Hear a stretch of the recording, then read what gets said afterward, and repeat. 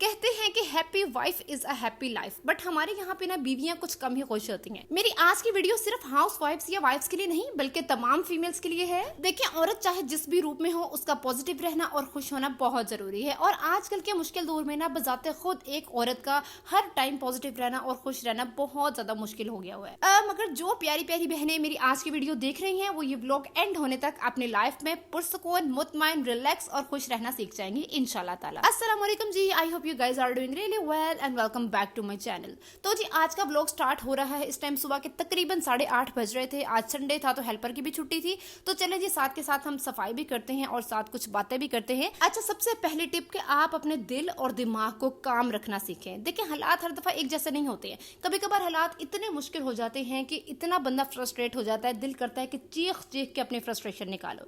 इस टाइम पे परेशान होना, घबरा जाना एक फितरी सी बात है।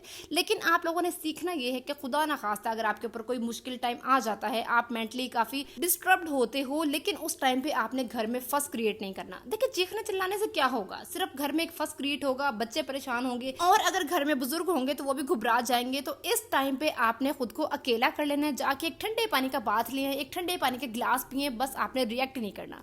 अपने आप को थोड़ा सा मेच्योर करें और इस टाइम पे अपने आप को थोड़ा सा कंट्रोल करें, अपने दिमाग और दिल को काम रखना सीखें। अच्छा, फिर साथ के साथ खुद को ब्लेम करते रहना कि काश मैं यूं ना करती तो यूं हो जाता, काश मैंने तब ये काम ना किया होता तो अब ऐसे होता।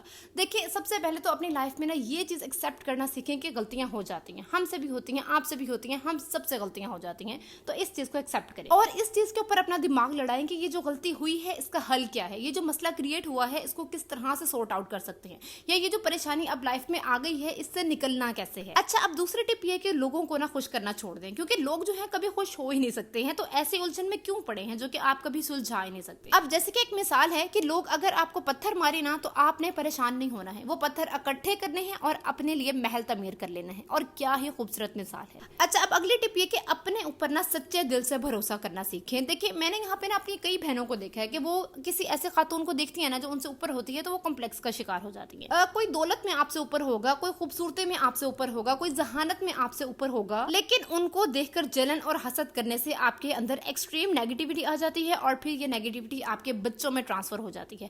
आप जैसे हैं, जिस तरह के हैं, वैसे ही अपने आप को एक्सेप्ट करना सीखें। अच्छा, यहाँ पे ना मैं आपको एग्जांपल देती हूँ अपनी भांजी की। वो बहुत छोटी है, अभी 2 क्लास में है, लेकिन उसकी पर्सनैलिटी अभी से इतनी सिक्योर है, इतनी कॉन्फिडेंट है कि वो इतना प्राउडली कहती है कि या I am so proud of being a brown girl. और अगर कोई तीसरा बंदा भी कह देगा ना उसको कि इसका रंग सांवला है तो वो कहेगी yes I am so proud of being a brown girl. तो ये कॉन्फिडेंस कहाँ से आया है उसके अंदर? ऑब्वियसली ये कॉन्फिडेंस उसके पेरेंट्स ने उसको दिया। तो इन जनरेशनल ट्रॉमास को आप तोड़ेंगे तो आपके बच्चे सिक्योर होंगे, कॉन्फिडेंट होंगे, वरना फिर आप जद्दी पूछती इन चीजों को अपने साथ लेके चलते जाएं और वही टिपिकल मुआशरा जो है वैसे ही कायमो दायम रहेगा और फिर दुनिया नहीं बदल सकती, ना हम खुश रह सकते हैं और ना ही हमारे बच्चे खुश रह सकते हैं। और बज़ाहिर देखने में कोई चीज जैसी नजर आ रही होती है ना, हकीकत में वैसी होती नहीं है। बज़ाहिर देखने में कोई बहुत खुश लग रहा होता है लेकिन अंदर से वो काफी परेशान होता है, स्ट्रेस में होता है। बज़ाहिर देखने में कोई काफी दौलतमंद लग रहा होता है लेकिन उसकी जिंदगी में ज़हनी सुकून नहीं होता है, जो कि हकीकत में सबसे बड़ी दौलत है।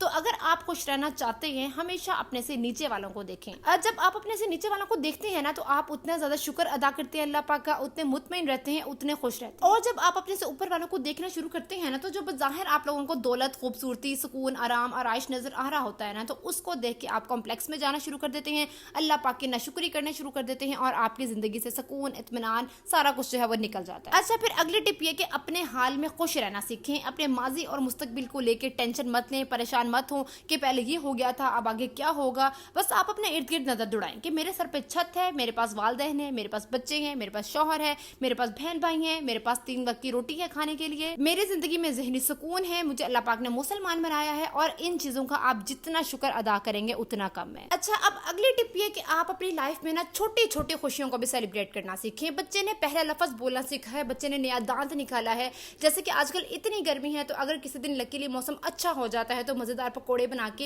इन छोटी छोटी खुशियों को सेलिब्रेट करें। आप लोग अच्छे दिनों के इंतजार में मत बैठे रहें कि बच्चा पहली पोजीशन लेके आएगा, हस्बैंड की प्रमोशन होगी, पूरे साल बाद जाके किसी की बर्थडे आएगी, तभी घर में केक कटेगा, तभी सेलिब्रेशन होगी, तभी कोई जो है हम रेस्टोरेंट में खाना खाने जाएंगे। तो अगर इस तरह की खुशियों के इंतजार में आप बैठे रहेंगे तो इसी तरह बैठे बैठे बूढ़े हो जाएंगे। अपने हाल को जीना सीखें, अपने हाल को सेलिब्रेट करना सीखें। अच्छा, अब अगली टिप ये कि आप अपने बारे में ना थोड़ा सा सेल्फिश होना भी सीखें। आप औरत हैं और आप घर की बुनियाद हैं, और अगर घर की बुनियाद ही कमजोर होगी ना तो उसके ऊपर बनने वाली इमारत भी कमजोर होगी। तो आपका फिजिकली फिट, इमोशनली कंट्रोल्ड और मेंटली स्ट्रांग होना बहुत जरूरी है। अब यहाँ पे सेल्फिश होने का कोई गलत मतलब नहीं है। आपके पास दिन में 24 घंटे होते हैं, जिसमें से एटलीस्ट 1 घंटा 30 मिनट्स सिर्फ आपके होने चाहिए। उसमें आपका मी टाइम होगा, आपके सेल्फ केयर होगी, और वो पूरा 1 घंटा सिर्फ आपका होगा। आपके हस्बैंड को पता होगा, आपके बच्चों को पता होगा कि ये 1 घंटा हमारी माँ का है, ये 1 घंटा मेरी बीवी का है, और इसमें हमने इसको डिस्टर्ब नहीं करना। अच्छा, अब अगली टिप ये कि आप अपनी लाइफ में ना देना सीखें। आप जो चीज देते हैं वो ऑटोमेटिकली आपके पास आना शुरू हो जाती है, चाहे वक्त हो, इज्जत हो, पैसा हो, कुछ भी। हाँ, आप लोगों ने कभी नोट किया होगा कि आप जिस दिन किसी को इज्जत देते हो उस दिन आप कितने पुरसुकून होते हो। किसी दिन अगर आप अपने अच्छे कपड़े या किसी को पैसे देते हो, चैरिटी देते हो, डोनेशन देते हो, आई डोंट नो कि वो दूसरा खुश होता है या नहीं होता, लेकिन मुझे इतना सुकून मिलता है, इतनी खुशी होती है ना। तो अगर आपको खुश होना है तो आपको खुशियां बांटनी पड़ेगी। अगर आपको कोई भी चीज चाहिए तो वो आपको पहले देनी पड़ेगी। और इसके बाद आखिरी टिप ये कि आप ना दिन में आधा घंटा जो है वो नेचर के साथ लाजमी स्पेंड किया करें। घर में अगर आपके पास बर्ड्स हैं या प्लांट्स हैं, नहीं तो आधे घंटे के लिए एटलीस्ट वॉक पे निकला करें। इससे जो हैप्पी हार्मोन्स है ना वो आपके अंदर बनना स्टार्ट हो जाते हैं और आपका स्ट्रेस कम होना शुरू हो जाता है। तो मेरी प्यारी प्यारी बहनों, आपने जिंदगी में खुद को खुश रखना है, स्ट्रेस नहीं लेना, क्योंकि अगर आप खुश रहेंगे तो पूरा घर खुश रहेगा। And Indeed happy wife is a happy life. तो जी मुझे तो इजाजत, मिलते हैं नेक्स्ट वीडियो में न्यू आइडियाज के साथ। अल्लाह हाफिज।